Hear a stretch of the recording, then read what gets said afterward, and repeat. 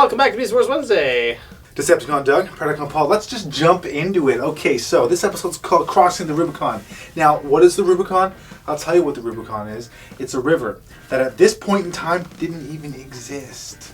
Maybe. What is the state of the world? Like, is it that one where it's all what Pandora? Pangea? That's the one I was about to call Pandora. No, I feel like it's further along than that. Is it? But this is like millions of years before. But it's after the dinosaurs. I don't know.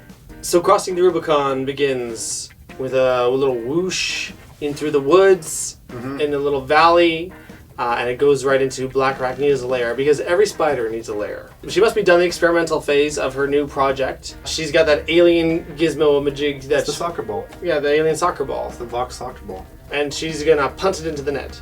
This is human trials, spider trials. She is on spider trials of the phase where she's going to turn herself super duper transmetal. Super uber duper transmetal. Yes, that's the best kind. Because she wants more power. Why not? You know, that's the best way to do it. That's what a good Predacon wants. Off in the distance, Silverbolt. There he is, flying through the air, looking for rare and valuable Pokemon. A notification. There's something in the canyon. So he goes there hoping it's a Blastoise or a Dragonite. He gets there and it's just Blackarachnia. He's already got one of those. But he decides, hey, I'm going to catch them all anyway. And so he goes in to catch the Blackarachnia, causes it to shorten out. So she's like, dude, you ruined my thing. I was going to become shiny and I was really looking forward to it. What gives? And she was going to be buff too. Yeah, she was going to be ripped. But right as she's telling him off for doing things like, I don't want you to save me. I don't want you to be my friend anymore. I just want to be powerful and strong and shiny. And then she goes, and he's like, no. So Rhinox is looking over her. He's like, okay, so here's what's going down. There's a shell program in you that we talked about it back in Proving Grounds. She's got two options at this point. They either get rid of that shell program and turn her back into a maximal, or she just becomes a dribbling maniac who doesn't know left from right, slowly goes insane. So then she decides, you know what? Let's get this ball bearing rolling. Let's just do it. Rhinox is like, okay, I'll get the little probe ready, because we gotta make it like, for the sake of drama, not just pressing a lot of buttons. So you gotta see a little probe floating around inside of her. Like an Invader Zim. And inner space. It's about time we finally got our Beast Wars inner space crossover.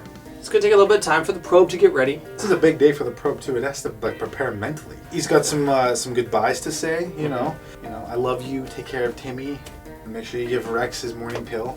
Blackarachnia and Silverbolt are like, hey, you know what? Let's go on a romantic stroll. Before they smooch, she goes. I know, how rude.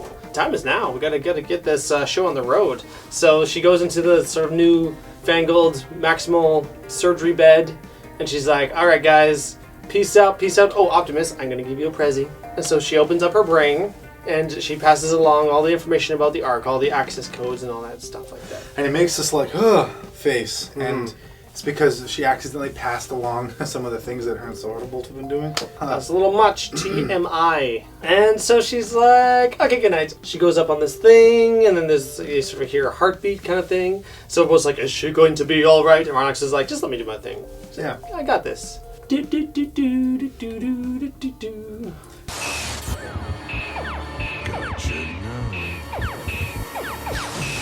Tarantulas gets a notification way back at his lair. He's like, oh, Blackarachnia, what's going on?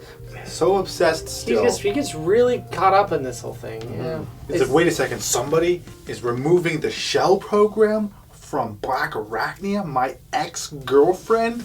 Megatron, I don't think Blackarachnia is coming back to me. That was awesome. Tarantulas, you fool. I told you she was not coming back. But a bot can hope, can he not? Yes. Actually, this is a great little scene here where he's playing with his rubber ducky. Yeah, the rubber ducky's back, everyone. Rubber ducky's back. And actually, it looks like it's got some wear and tear. Like it's almost like a robot's duck now.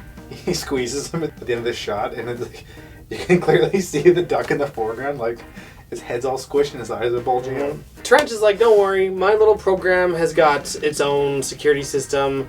Everyone's gonna be dead. And Megatron's like, you know what? Let's just attack him anyway. Yeah. Let's just do it anyway. Let's just cover our bases. Maybe we'll kill someone else in the meantime. So back at the Maximal base, Rhinox is hard at work. And he's shooting these little beams from the program, Again, it's actually strangely all physical, all this programming that's going on. As he's about to shoot one, this little thing. Sparkly. It comes out of the shell program, tries to go into her core consciousness to kill her. Until she dies from it, too. Well, that's, you know what? Actually, I did a lot of research, Paul. Sorry, Predacon, Paul. Thank you. And it turns out that a lot of people die from being killed. Has anyone ever survived being killed? I mean, most Predacons. All the Predacons have been brought back to life from being killed. It's just Maximals that have that weakness. Weakness to death. And now that Blackarachnia is in the Maximal team, she is vulnerable to death as well. So Renox winds up stopping the little sparkly Warkly. He's like, shoo! And all of a sudden, oh my god. The earth is shaking. Turns out it's the Predacons shooting the walls, just trying to shake things up. A bit. Literally. And in a blinding moment of heresy, Optimus says, Optimus Primal, Maximus! and it turns into a jet. Not again! Okay, Doug. It just doesn't make any sense. Where the hell was Depth Charge during all of this? Where is Depth Charge? They didn't even mention him, actually. Even during when they were questioning about the Danger Ball, they didn't go like, Depth Charge told us that he destroyed it. How did you get it? It's almost like they're pretending he's not there. The Maximals rush out to go like, lopping grenades at each other and shooting Quick Strike first, and he gets knocked off the cliff. Yeah, and he goes, yeah! I think they just went out there for sport, really. They just wanted to have... They didn't look like they were really taking it seriously. Yeah. Optimus fires 2 missiles. It's like, how is he going to know the autoguns were going to take care of the rest? And not to mention, the autoguns did so very slowly. And they even announced, target acquired. And then giving, Inferno enough time to go, huh? Can you imagine that if right before every character got knocked out, they made that Tim Allen noise? It's over, slime bucket!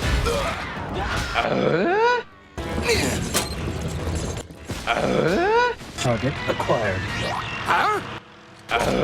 There's one more stringy, beamy thingy that Rhinox needs to take out in order to save Blackarachnia. But then, not one, but 2 sparkly Warklies go up to try and kill her. He destroys one sparkly Warkly, and he's gonna get the other, but then Tarantulas is outside with a big gun, and he's like, goodbye, my creation. And he launches the missile, and it collides, and then they lose power, and Rhinox is like, I gotta get back in. And he can't in time, and the thing goes whoosh into Blackarachnia's core consciousness, and goes kaboom. Inside. Yeah. You don't really see her go kaboom on the outside. She goes like this. Silverbolt goes up against it, and he's all sad. And Rhinox is like, oh boy, I better go tell Optimus. Silverbolt is mad. Actually, there's this really cool moment where it's like zooms in on his eye, and he's like, Tarantulas. And then it goes all red. Ooh, he means business when his eyes go red. Actually, in all seriousness though, they really earned that moment with Silverbolt. They build him up to be so pure of heart that he's completely naive and almost annoying at times. He's the hero, like who thinks there's good in everyone, and because they take their time with it too. There's the silence. Rhinox leaves him, and he's just sort of scratching at the glass, and then it just turns, and then you can see him just like, I am Maximal no more. If we can get a little deeper, even the fact that there is glass between them is very symbolic. This was something that he couldn't hero his way out of. There was a barrier. He could not help her. And that just shows even more when his hand's pressed up against the glass. And there's still this distance. He's like, there's nothing I could have done to help her. All I can do is avenge her. The Maximals are like, woohoo, we scared off the Predacons. Everything's okay. Except Optimus is like, wait a minute. They don't normally just stop trying to kill us, do they? The Maximals are all gathered around her body, and they're like, I kind of wish we weren't dicks to her all the time. No, everyone's a little bit beat up about it. Yeah, even Rat Trap. You know who's taking it the worst? It's that Silverbolt. They look over. Well, you know what it is? A Silverbolt shirt stuffed with stuffing with a balloon head on top. Where is the bird dog anyway? Silverbolt? And they're like, oh, wait a minute. That's not the real Silverbolt. What is he doing? Where is he? I think I know. He's not Silverbolt anymore. He's Negabolt. Silver Bad. Silver bad. It's got a goatee. Red eyes. What does he say about the spider? You've twisted your last innocent life, spider. Oh, I love that line. So he swoops down and he starts talking trash to Tarantulas. He's like, you're a bad spider. You're mean. And Tarantula's like, oh, a hero. He starts shooting at Silverbolt, who, you know what, kind of takes it like a champ. Mm-hmm. And he throws his missiles, which don't get hit, fortunately, on the way to Tarantulas. Boom, into a wall. Oof! Silverbolt kneels down and he's like, I don't like you very much. You know how much I don't like you? About whoosh, clunk, this much. Rampage is like, ooh, such pain. I must help deepen it. I do kind of like that moment with Rampage, because he's totally not in this for Tarantulas. He's just like, oh, he's suffering. I gotta help him suffer. Gotta help him suffer more. The Master Pokeball thing is going...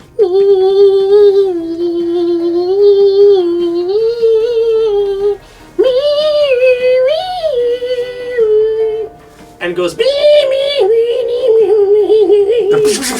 Tentacles! I mean, I don't know what's going to happen with that, because she's dead already, so that's the end of her story. Possibly so come back. I don't know what the whole scene was about, come to think of it. That's really weird. But back to Silverbolt. He's about to do the unthinkable and murder Tarantulas in cold blood. Now, hang on a second. If he's going to impale Tarantulas into his missile, is it going to impale Tarantulas or is it going to explode on impact? For some reason, I always thought that it would impale him, and then he would leave and then just like sort of like walk with his like eyes all, and then boom behind him. Maybe he has the ability to have like timed detonator kind of ones, or ones that are... Yeah, because he can throw it and it gets stuck in things. So, yeah, that would be a hell of a way to go. But Rampage is too impatient. He's not going to wait for that show. So he's just like, that's not very maximal of you. And he shoots a big old missile at Silverbolt. Silverbolt uses Tarantulas' carcass as a shield. And he just goes flying. You know, even that kind of impact still, like, did a number on Silverbolt. And so he gets pinned down by Rampage's foot. And Rampage is like, man, this was just too easy. Guess what, guys? What? What happens? Don't tell me. He wins the lottery. Yes. So what happens, Doug? Oh, Blackarachnia is alive again. She's like, hey, Rampage, guess what? Don't do that. And she actually says, Blackarachnia maximize. And I gotta lie, it sounds a little weird. I got very used to Terrorize. Me too. And she starts kicking him. And Rampage, I gotta say, like, suddenly he turned very useless. He just kind of let all this happen. He was like, oh. Like, ooh, ha ha, ooh. Then she chokes him with a web that comes out of her mouth and spins him around and throws him into the side of a mountain. She's like, Silverbolt, don't die. I'm still alive. Don't die, Silverbolt. And he's like, my love. Oh, dark poison of my heart. There's only one way to save Silverbolt, and that's to turn him into a Maximal. They're back at the base.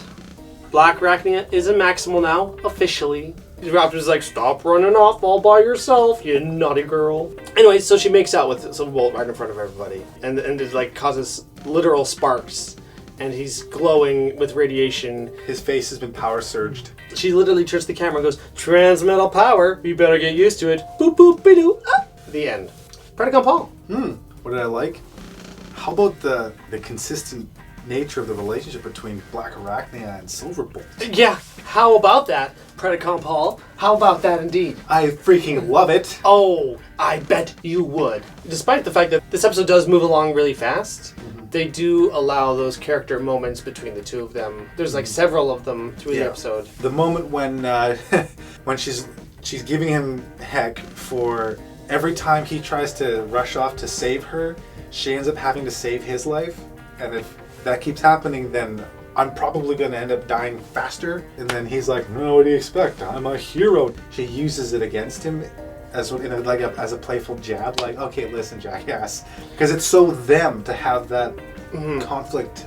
Whether they're actually physically shooting each other or headbutting each other or jabbing at each other with words, it's playful and it's fun and it seems to really, really work with the two of them. I love it. It was kind of cool to see that darker side of Silverbolt. Like to see him grappling with loss in a very immediate way. It was very immediate and animalistic. It's like, okay, I guess I'm gonna go kill Tarantulas. Yeah, then off he goes. What's funny is nobody thinks to like sit him down and go, look, bud, like I know that you're grieving, but he just like he leaves and no one even notices until they're all standing around her body. Like, that's such a shame, right, Bolt? Hey, Bolt. It's nice to see Tarantulas again, because he's been hiding most of the third season. Okay, yeah. He is one of my favorite villains of the show. Like, I really like Tarantulas. I think the fact He's that... a spider. Yes, I know, but the fact that he's a lunatic, and it's so good to see him, like, just doing this thing out of spite. He's such an evil side to him, and it really shows in this one. And the way he responds to Silverbolt, he's like, oh, the avenging hero. Like, he just mocks him, like, ha, yeah, I killed my ex-girlfriend, and I killed your current girlfriend, and ain't it funny? I love it. Yeah, that's really kind of a dick move. So, it's just kind of nice to see him used again in a very Tarantulas way. It's been a long time, I feel, since we got a decent Tarantulas villain episode. The stakes in this are so personal, and they're not Beast Wars. They're very personal between Tarantulas and her and the Maximals. What this all really boils down to is her simply making a personal choice, and then dealing with the repercussions of that choice. It does good to see Rhinox in a role that is more meaty than usual for him in season 3 anyway. Yeah, he's been sort of sidelined. The fact that he loses too, like doesn't save the day. It was like, how? It is this very poignant moment of like we weren't able to overcome this obstacle. It's only through kind of alien magic that things actually get saved. Let's talk about the direction. Hats off to Mr. Carlson there, sir. Trenton Carlson? If that is his real name. Mm-hmm. The director of Crossing the Rubicon? Yes. The way he picked the moments, and like there's a lot of like really good, powerful moments that he just lets simmer. Because the audience, like you say, we can take it. Let us have these moments. And this is one of those episodes where the director let us have it. He directed it. Even something as simple as just this dead silence after she's dead. Mm-hmm. Just like, there's no music, there's no...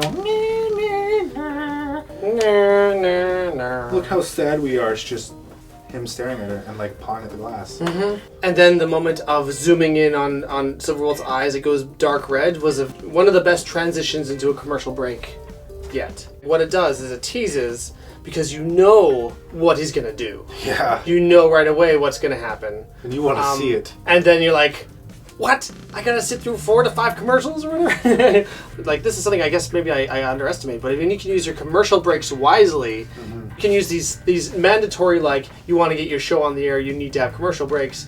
Using it as, like, great dramatic beats shows a lot of power in the timing of an episode and like, adds to the tension and the drama. And it can also be a relief, too. It's true. Because, like, sometimes you just like, I gotta pee.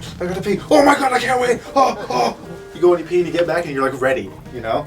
I never thought about that. Like, that's true. You know, time in the bladder breaks is a big deal. We didn't always have Netflix, kids. Sometimes... Yeah, we didn't. Yeah, we couldn't always pause. We were cavemen back then, using, like, fire to, like, make shadow puppets on the wall. And you know what? You don't always appreciate silence until you're watching a show. Like I've seen a lot of kids shows that are completely guilty of this, where they just keep going and blah blah blah blah blah blah blah blah blah. There's never any room to breathe. Luckily, like Beast Wars for the most part was spared of that. Like that, they really use their time most of the time very wisely. Okay, one more thing that I liked. One more thing. And you know, I hated it when I was a kid, but Blackarachnia's Transmetal 2 form. I loved it this time around. I was like, damn. There's something very deadly about those like predator claws that she's got.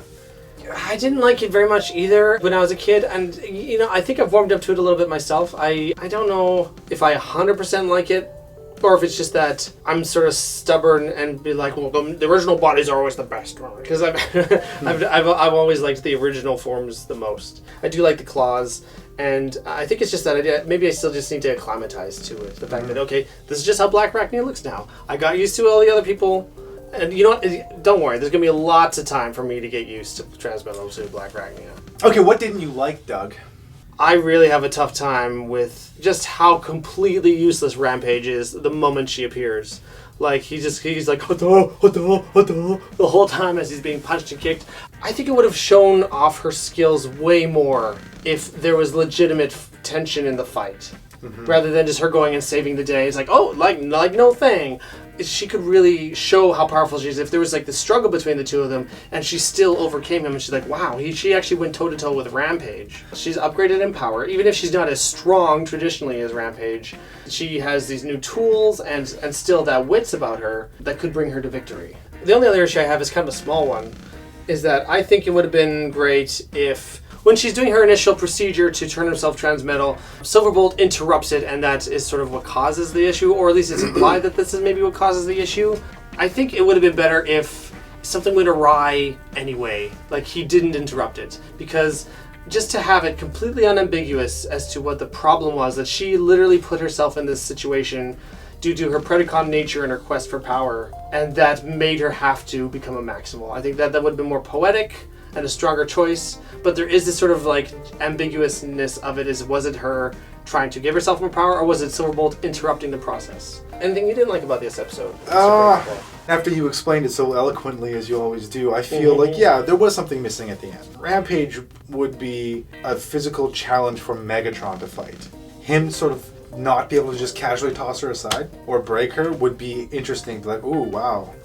Oh, but she's still not as strong as he is, and then have her use her brains. There's a whole episode of Improving Grounds about the fact that she uses her wits as a way of overcoming obstacles. Beyond that, I don't really have many gripes about this episode. This seemed like a really good Beast Wars outing, you know? There's a lot of things where they came full circle, I think. It definitely feels like the payoff of a lot of large stories. Yeah. Between Silverbolt, Blackarachnia, between the whole Transmetal 2 thing. If there was ever any doubt in their mind that Blackarachnia could ever turn to the dark side again, it's gone. Not just physically, but they tried to kill her. There was something very sadistic about what Megatron and Tarantulas had planned for Blackarachnia. You know, it was personal, and it was dark. And the fact that they went to such lengths to see to it that she stopped functioning, that you've burned that bridge entirely. The Maximals, after she died, I think they saw what they lost. And that's further cemented it in their minds as like, there was a little bit of resentment, there was a little bit of like bitterness from before, but she had actually become part of the team. So, we have decided to give Crossing the Rubicon 4 out of 5 Vok Pokeballs. All in all, it's actually a pretty good episode with a lot of real legitimate drama and moments to breathe and character stuff. Like, really hits all the bases, but they really stumbled on that ending. Otherwise, a lot accomplished in that 20 minutes. What did you think about Crossing the Rubicon? We'd love to know in the comments down below. Please like the video because it really helps to get us into Cyberspace. Cyberspace. And as always, tell your mom.